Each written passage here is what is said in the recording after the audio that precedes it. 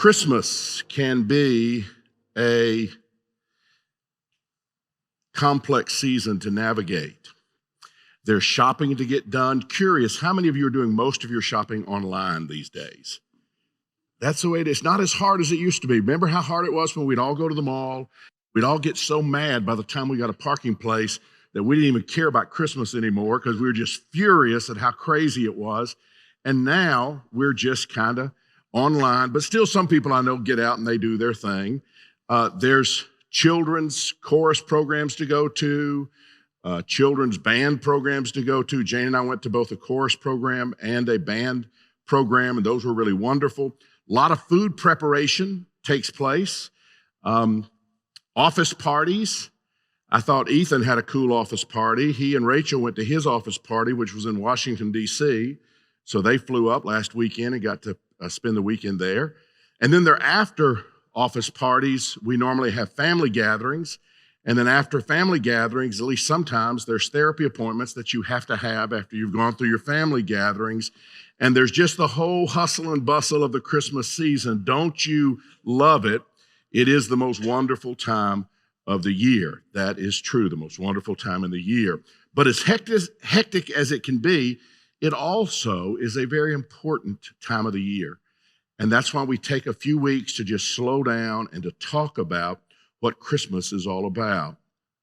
To truly understand the significance of Jesus' birth, I thought it would be helpful if we could get into the mind of someone living around Palestine 2,000 years ago. If we could just kind of figure out what are they thinking as a context for Jesus coming into the world. What we probably would find is a person who did believe in God very much and who believed God supernaturally intervened in their people's history. They felt like there was a God, and in the past, he certainly had intervened for them from Exodus to into Egypt and then moving into the promised land. There were victories. King David certainly had victories. There are great stories that were passed down from generation to generation. And our friend who lives in Palestine 2,000 years ago, he would have believed all of that. But he also had some bad thoughts that he couldn't shake. Somehow his people had gotten life wrong and things were just out of sync with God. The prophets had spelled it out. He had heard this lesson taught by the rabbis. One prophet had said, "Your people have forgotten God, and that's why all these bad things are happening." Another prophet said it like this: "You have forgotten the poor. You have forgotten the marginalized. You have not shown love like I wanted you to." So he believed that's why his people had endured so much tragedy, and they had endured a lot. Their people had been overthrown, taken into captivity by the Babylonians, or depending on your tribe and location, the Assyrians. Finally, their people had been released back into their own homeland, but now the Romans have taken over. And this man, this person that we're trying to get into his head, he's living as a subjugated person, as are all of the Jews. The Romans are in charge, and they are being taxed to the very nth degree. They don't have any money. They're beaten down. It is a horrible existence. He had little, and he wasn't sure if Rome wouldn't one day kill him.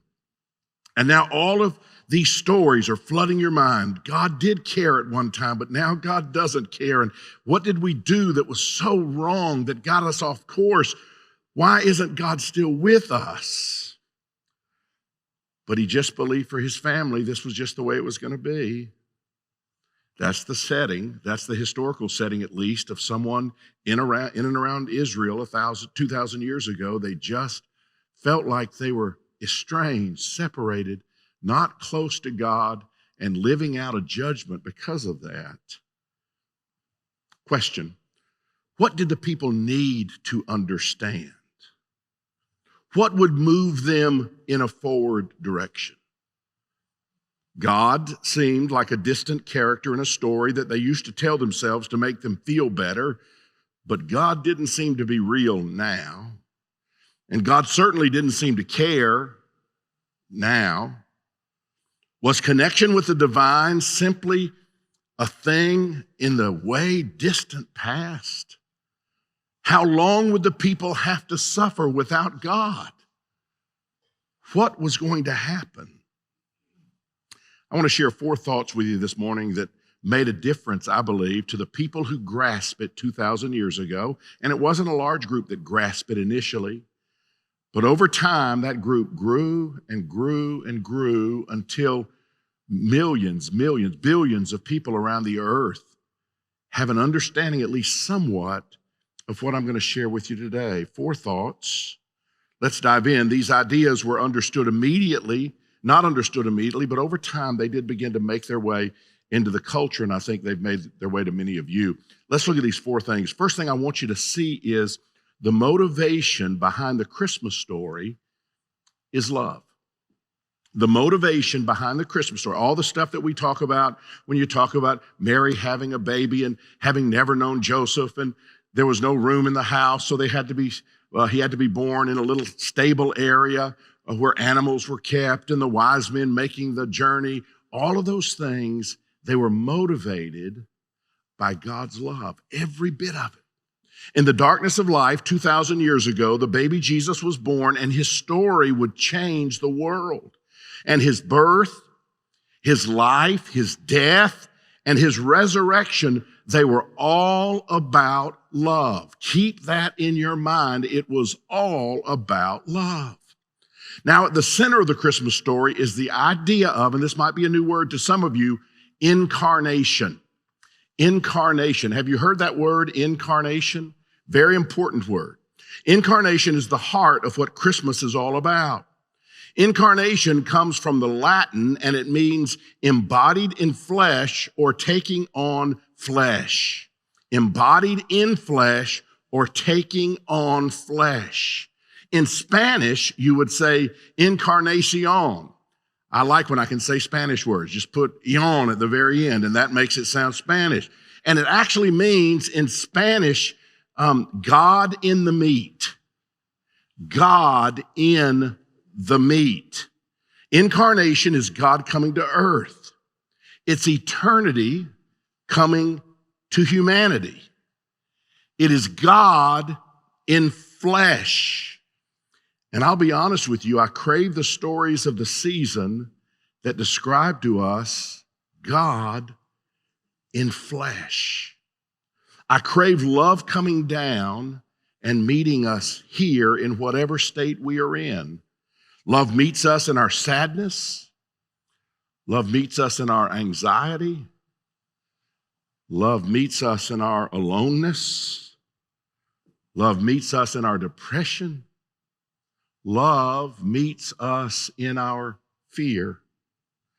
I crave the light of the world who wants to lead people out of darkness. Love coming into the world is light. I want to hear the voice of John the Baptist that cried out in the wilderness, "Prepare your way for the Lord." God in flesh, incarnation. Christmas, incarnation, love coming here. That is what we all need to understand first and foremost about Christmas. It is about love exploding on the scenes here. It is about God taking on flesh. And this Jesus, God incarnate, is alive. This Jesus, God incarnate, is moving in this complex, complicated, and messy world. The incarnate one finds himself born of an unwed mother, lying in a manger next to a donkey. Over the last 4 or 5 years, I've noticed many churches are doing nativity scenes, but they're doing them differently, and I love this. I saw it first when we went to Wild Goose many, many years ago. It's controversial, but I love it. It's always controversial because I believe when you do things like this, you are beginning to understand the true meaning of Christmas. Instead of just a sweet stable scene like you find on Christmas cards that invite you into the nativity, a woman holding the beautiful baby Jesus, instead of that, they would set the nativity scene maybe with a woman holding her child in a jail cell. That speaks powerfully. Or they create the nativity on the border of Mexico and the United States where the Joseph and Mary are in cages next to a wall as immigrants who have tried to flee the country that they were in, but were now locked up with their family and didn't know what to do. Or they would put a young black man shot in the chest, lying right next to the manger. What are they doing? They're putting flesh on Christmas because that first Christmas was smelly. It was threatened by poverty, filled with the suffering of real people on real hillsides and in real streets, and it was noisy and it was far from sweet. It was God getting into the thick of things so we could see him. There are no bleached white robes in this scene. It's a dirty scene. God comes to us as a baby on a chilly night with the smell of cow dung permeating the air. God comes into the mess, the human mess, whatever that mess might be. Think about it. Your parent is slipping away from this life, and yet God comes into the skilled nursing home of your dying father or your dying mother. God comes into the room where your boss is unjustly treating you, but God is in the room. God stands beside you when you hear on the phone that your son or someone very close to you has died. God rolls up God's sleeves and sits by the bed when you toss and turn and can't go to sleep because the pressures of this life are overwhelming to you. God sits beside you in the emergency room when you can't stand the pain anymore. But God is there. God sits quietly in the room when you struggle with the flavorless world of depression. God is there. That is what the author of the Gospel of John tells us with the poetry he used as he began his book. John was not like Matthew and Luke. Matthew and Luke said, let's tell a story. Let's tell a great story and explain Mary and Joseph and Bethlehem. And let's tell this great story. That will be wonderful. Mark says nothing about the birth of Jesus, and John chooses to say it like this. In the beginning was the Word, and the Word was with God, and the Word was God. And the Word became flesh and dwelt among us. That's the sum of John's Christmas story. That's the sum of incarnation. In the beginning was the Word was with God, the Word was God, and the Word became flesh and dwelt among us. It's so beautiful and it's so poetic that you may have lost yourself in it, and maybe you have missed what it's trying to tell you. When we hear Word, we often think of something written or printed, but John's description of Jesus as Word or logos means something said, something said. One theologian said it like this: Jesus is God's sermon preached to us in the living out of a human life. Jesus is God's sermon preached to us in the living out of a human life. Jesus is the Logos, the Word, God speaking to us. What a thought. Jesus is the sermon, the song. Jesus is the story that tells us who God is, of God becoming human, God taking on our lot, God living, loving, struggling, and dying. Most Christmases we listen to a different voice, a different song, a different sermon. It's a sweet little story, and often it is sanitized to the point of irrelevance, when really it is God coming into this world to show us exactly how God's character operates. It's a liberating thing. Sadly, we take the flesh, the meat, out of the Christmas story, and we make it something spiritual, but not really human, not really gritty. You know what I like about the Village? One thing I like is we're not afraid to admit that there's a lot of gritty here, right? There's a lot of gritty in the world. And God doesn't mind being in the middle of it. We take the heart, sadly, in many cases, and we rip it right out of Christmas. I ran across this poem this week. King Charles, is that not weird to say? King Charles in Great Britain was putting together some of the pieces that would be in the royal carol service where they get together and they sing carols.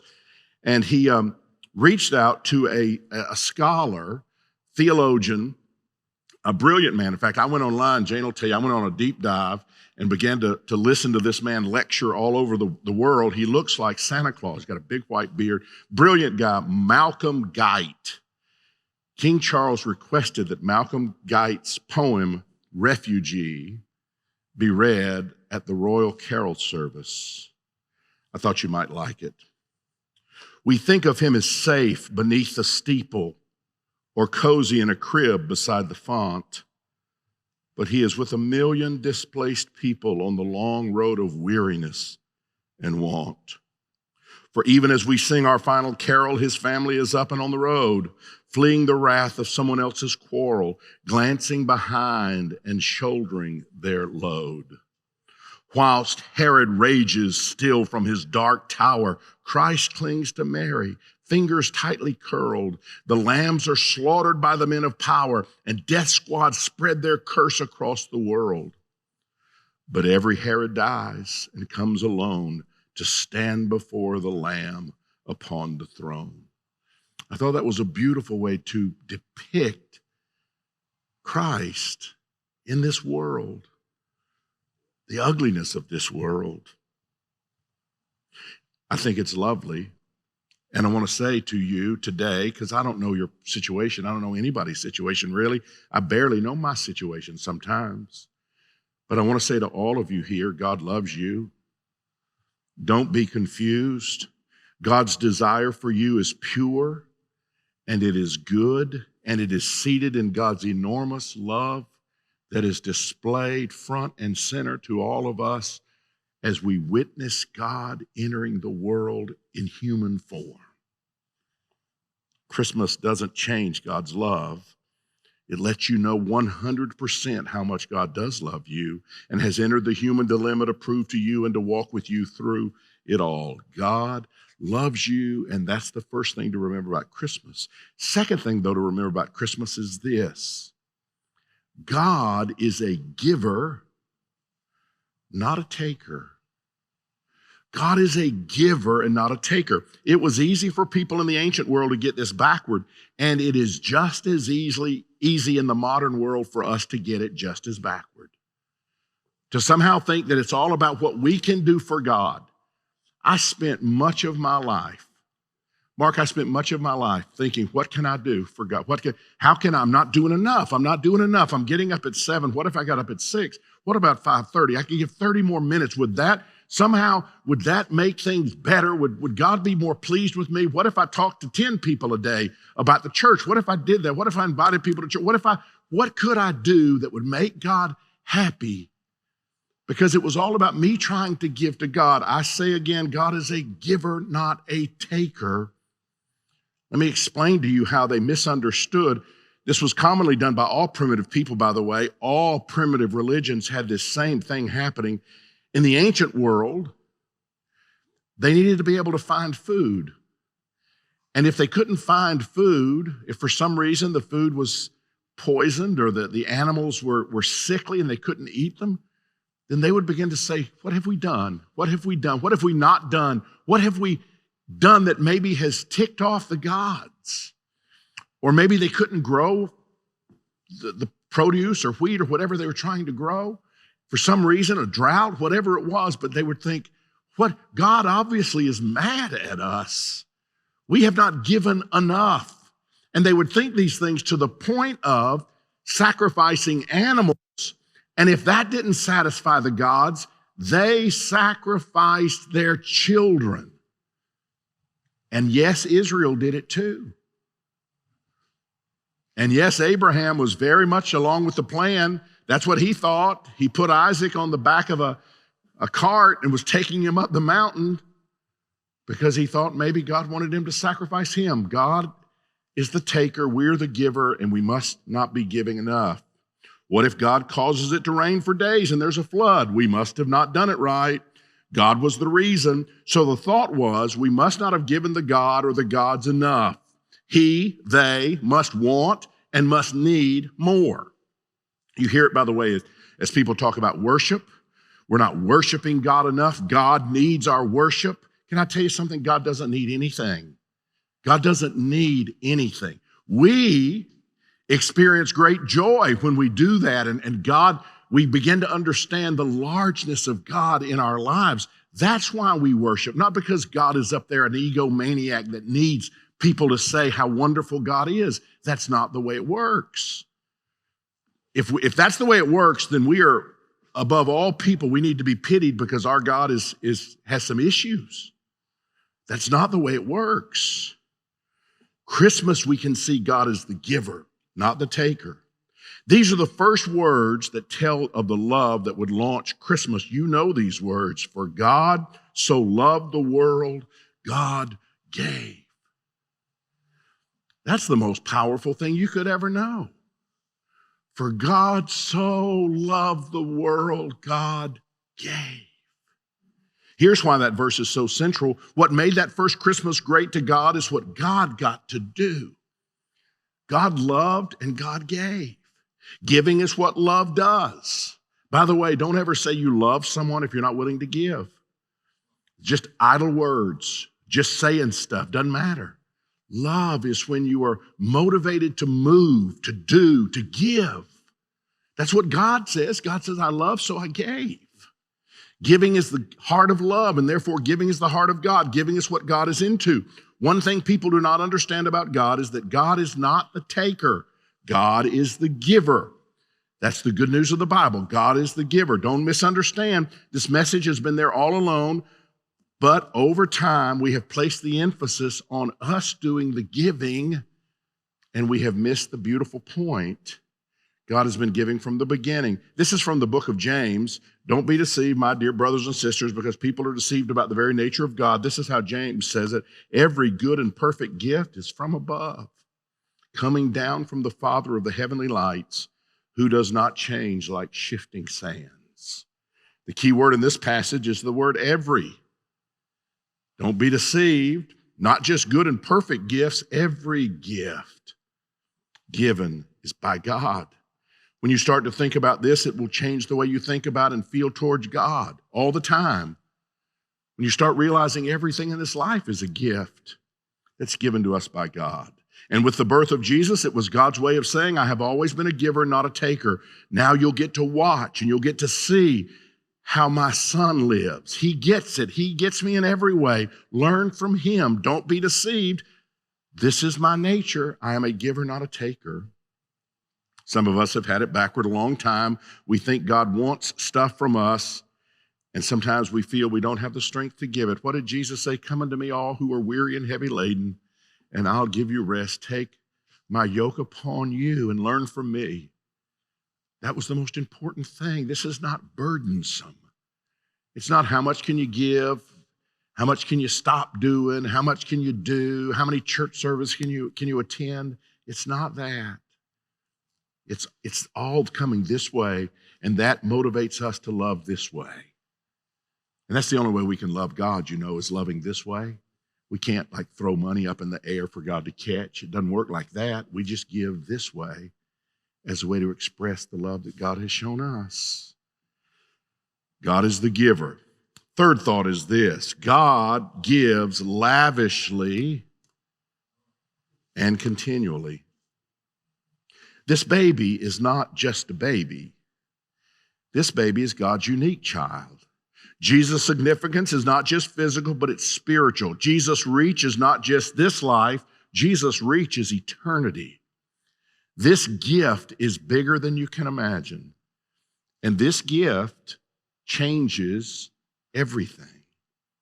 That's the way God is. God's generosity isn't just lavish. It's not just creative. It is continual. It is ceaseless. It is unstoppable. You can't stop it. God just keeps giving.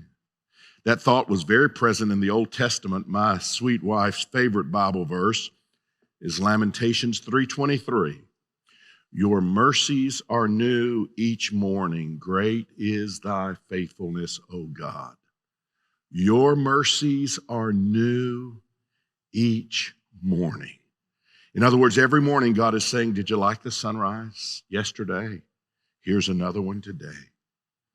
Here's food for your body. Here is air for your lungs. Here is beauty for your eyes. Here is music for your ears. Here is strength for your needs. Here are friends for your heart. Here is purpose for your day. Here are thoughts for your mind. God is giving and giving and giving. And he says, if you felt like you ran out of mercy yesterday, understand there is a full cup ready to be poured on you right now. My mercies are new to you every single day. Man, all the time, God giving, giving, giving. That's what God does, and that's what made the first Christmas so beautiful. It's like God had been giving and giving and giving from the beginning of creation, but he had this one gift God had been saving. And when the time was right, he sent that gift, the perfect gift. It was like he set a new record for compassion, sending Jesus into the world. Finally, fourth thought, sharing love is where we are most godlike. God is the great initiator of love. As it pours into us and we then pour it out towards others, that is when we are the most godlike in this world. Every morning God is saying, did you like the sunrise? Sure, you can't do that, but you can bring sunlight to someone. You can share love to someone. It's a beautiful thing. If God gives because of love, what if we followed suit and gave this Christmas out of love? What if all of our priorities changed? Not how pretty the church looks on Christmas Eve. And by the way, we have had the church looking gorgeous some Christmas Eves. But is that really what it's all about? No. Not how great the music is on Christmas Eve. We've done great music on Christmas Eve. I expect it'll be great this year. That's not what it's all about.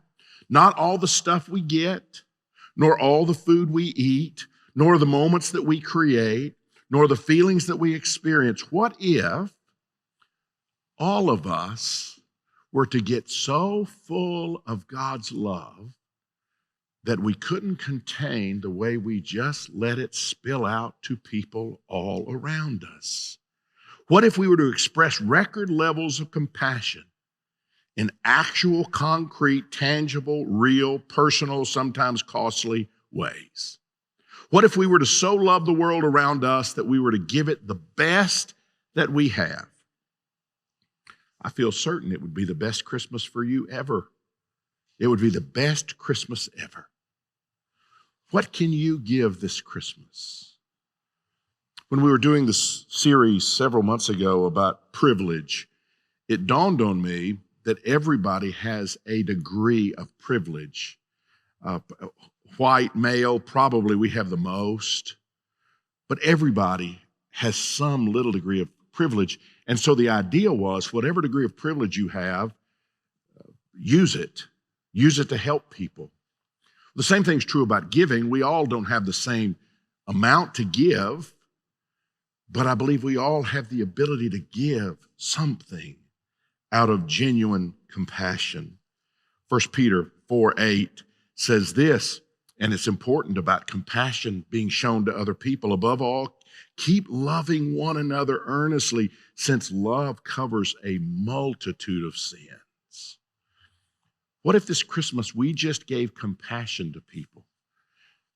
Instead of kind of getting tense at the Christmas table because Uncle Fester said something stupid again that just totally gripes us, what if we didn't go nuts about Uncle Fester, and what if we just thought, I'm going to love Uncle Fester and show him some compassion? What if we did that with everyone that we know? We just showed them a little compassion, a little kindness. What if we showed ourselves a little compassion? Some of you need to do that. Some of you have beaten yourself up so much. I know what that's like. I've done it. Maybe you should show yourself some love and some compassion. Peter says it covers a multitude of sins. I believe this is one of my favorite verses because I have felt that love from others towards me, and it's transformational. It's a beautiful thing when people, because of love, cut you a little slack. They don't hold you to the exact nth degree of everything you can possibly do right. They say, I love you, I'll cut you some slack. I've needed people's compassion. You have too. Why don't we show compassion this year? And when we give that love, we will be changing people's lives, but it's more than that. This is one of the most profound teachings of Jesus, and we see it in the book of Acts. Paul actually quotes this, Jesus saying, it is more blessed to give than to receive. And the key word here is blessed. Jesus doesn't just say it is better to give. He doesn't just say you're supposed to give. He doesn't just say God wants you to give. He doesn't say it's morally superior to give. He says it is more blessed. And to be blessed means to be enriched, to be enhanced, to be given more life. It's more blessed. You will be given more life as you give. It's more blessed to give than to receive. You will get more life if you learn this. Jesus is saying it's a better way to live, to be a giver, not a taker. You will be more enhanced. You'll be enriched. I remember reading a study done of students in a high school who were below grade reading level, and they were assigned into two groups. Now, this is kids that were underperforming, below grade level, put into two groups. One was going to be a placebo kind of a group where nothing really was going to be actionable. The other group was different. One of the groups helped tutor younger children as a serving project. These kids would tutor younger kids. The other group didn't do anything. No volunteering, no serving. Here's what they discovered. The students who were in the serving group ended up being far more likely to graduate from high school than the students in the non-serving group. Again, the people in the non-serving group, they just weren't, it just happened like it was going to happen. But the people that started serving, they experienced a little bit better life. High school students involved in volunteering are less likely to drop out, less likely to be involved in substance abuse, less likely candidates for teenage pregnancy, more likely to graduate from school, more likely to vote, more likely to have higher levels of self-esteem, and more likely to go on to secondary education. What makes the difference? Somehow their parents or their church or someone important to them taught them to serve, to give, to help others, and that did something remarkable in them. We have some people in our church who have given, so people who are not expecting much at Christmas will receive good gifts this year. And the ones who were able to participate in giving, that was a wonderful thing. And I believe that you will be blessed. And I believe the gifts that you have given will touch people in a way that you could never imagine. It is better to give than to receive. That is true also for people as they age. I saw a study of folks in their 80s that showed those volunteering with school children, people in their 80s who would volunteer with school children, had a higher level of satisfaction, a higher level of mental health, less illness, less loneliness, less depression, and a lower mortality rate than those who did not serve. If you serve, it seems to give you time. It seems to give you a better, richer, more wonderful life. That's why what Joe McCutcheon does, I admire so much. He is every day on the streets of Atlanta serving people who are really struggling. And he serves every day and makes a difference in so many people's lives. What Jesus says is true. It is more blessed. It's better. It's more life-giving to give than to receive. So this Christmas, what if we all made it a point to give? I know this to be true. Apart from what you get and apart from the emotions you might experience and apart from the songs you might hear or the sights you might see, if you sincerely gave something, this could be the best Christmas of your life. If you gave something out of the ordinary, some level of service, some type of compassion, some tangible gift, some bit of food, something, it could be the best Christmas of your life. Some struggle here. You have a hard time sometimes grasping that giving is better. I don't feel like most people at the Village struggle with that, but I think some do. The idea of giving is just difficult. You just think somewhere that being a taker has to be better. I'll give you a picture of where the taker road leads you. This has been around forever. You have heard this before, but it tells the story so vividly, I thought I would close with it. It's a story about how to catch a monkey. Y'all have probably heard this. The idea is you get a jar with a narrow opening and you attach a rope to it or a hook to it or something, and then put something inside that the monkey wants, like a banana or an orange, and then the monkey will come along, grab what's inside, but because he makes a fist to grab it, he can't get his fist out of the jar, and the monkey is trapped, stuck, hour after hour. Now, can I tell you something? I don't believe that's true. I don't think a monkey is that dumb. But can I tell you something? I know many of us that do that exact thing. We're the ones who won't let go to get out of the trap, whatever the trap is. We're the one who hangs on so tight when all God wants us to do is this. One of the greatest things in the world is just the opening of our hands. I'm not saying it has to be some incredible feat. Just the opening of our hands to get us out of the jar that has us so bound. Monkeys aren't that dumb, but I know a species that is. I think we're around Atlanta trapped with a lot of monkey jars that we have our hands in. A guy comes up to Jesus. He is an able person, a rich young ruler, he is called. And he says, "Good teacher, what do I need to do to inherit eternal life? How do I know the blessed life? How can I know the good life? I've been following all the rules. I've been leading a good, respectable, religious life." And Jesus says, you need one more thing. Take your hand out of the monkey jar. Take all the stuff your heart is wrapped around that you're clutching on to and sell it. Give it to the people who need it. Come and follow me. Let God be your God instead of the monkey jar, whatever it is inside the monkey jar that you're holding on to so tightly. The Bible says the man walks away from Jesus very sad because he would not take his hand out of the monkey jar. He would be okay following Jesus as long as he could bring his monkey jar along with him. But if he had to take his hand out of the monkey jar, he could not think about actually doing that. Another guy comes to Jesus one time, and this guy's desperate. This guy's not particularly respectable. In fact, nobody likes him, really.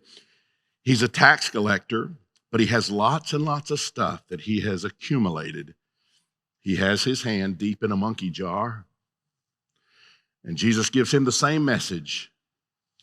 And his name is Zacchaeus, and a miracle happens because when a hand comes out of the monkey jar, that is a great miracle. And he pulled his hand out of the monkey jar. Zacchaeus' mind gets changed, and he starts to think about where the monkey jar has been getting him, and his heart's changed. And he says, "All right, Jesus, I'm taking my hand out. All the people I have been robbing, I'm going to give them back 4 times what I've taken from them. I'm going to give it all away. I don't want to live with my hand in the monkey jar." Those two guys get to the end of their life. Which one do you think had the regrets? I know which one had the regrets. How do you make the best Christmas ever? You pull your hand out of the monkey jar and you open your heart up to God and you let God's love pour through you, and with open hands you let whatever God is leading you to pour through you, just let it pour through. While John tells this Christmas story in just 2 lines, we looked at it earlier. In the beginning was the Word was with God, and the Word was God, and the Word became flesh and dwelt among us. He then spends the bulk of his time shifting the attention from Jesus to us. Listen to these verses. We often skip over these verses, but they're important. Jesus was in the world, and the world came into being through him, yet the world did not know him. He came to what was his own, and his own people didn't accept him. But to all who received him, who believed in his name, he gave power to become children of God, who were born not of blood or of the will of the flesh or the will of man, but of God. Did you catch that? I hope you didn't miss that. Love came down into this fleshly world and lived and died and was resurrected, not to pay some obscure penalty for sin, but to remind us, to preach to us, to show to us, to sing to us that God loves us more than anything. And when our eyes are open to that, we receive that gift in our lives and we recognize we are children. of God. And when you get that, really get that, your life is on a much different level than you could have ever imagined. It becomes, listen, you don't live in fear of God. You don't live in worry all the time. You don't live in anxiety all the time, because you know you are God's child. You have accepted God's love in the gift of Jesus to the world. What a beautiful thing. And it really does change everything. I hope you heard the word. Jesus is God in flesh. Jesus is God incarnate. Jesus is God in the meat. In Jesus, we see that God heals, forgives, embraces, and loves, even loves those who try to hurt God. He loves you.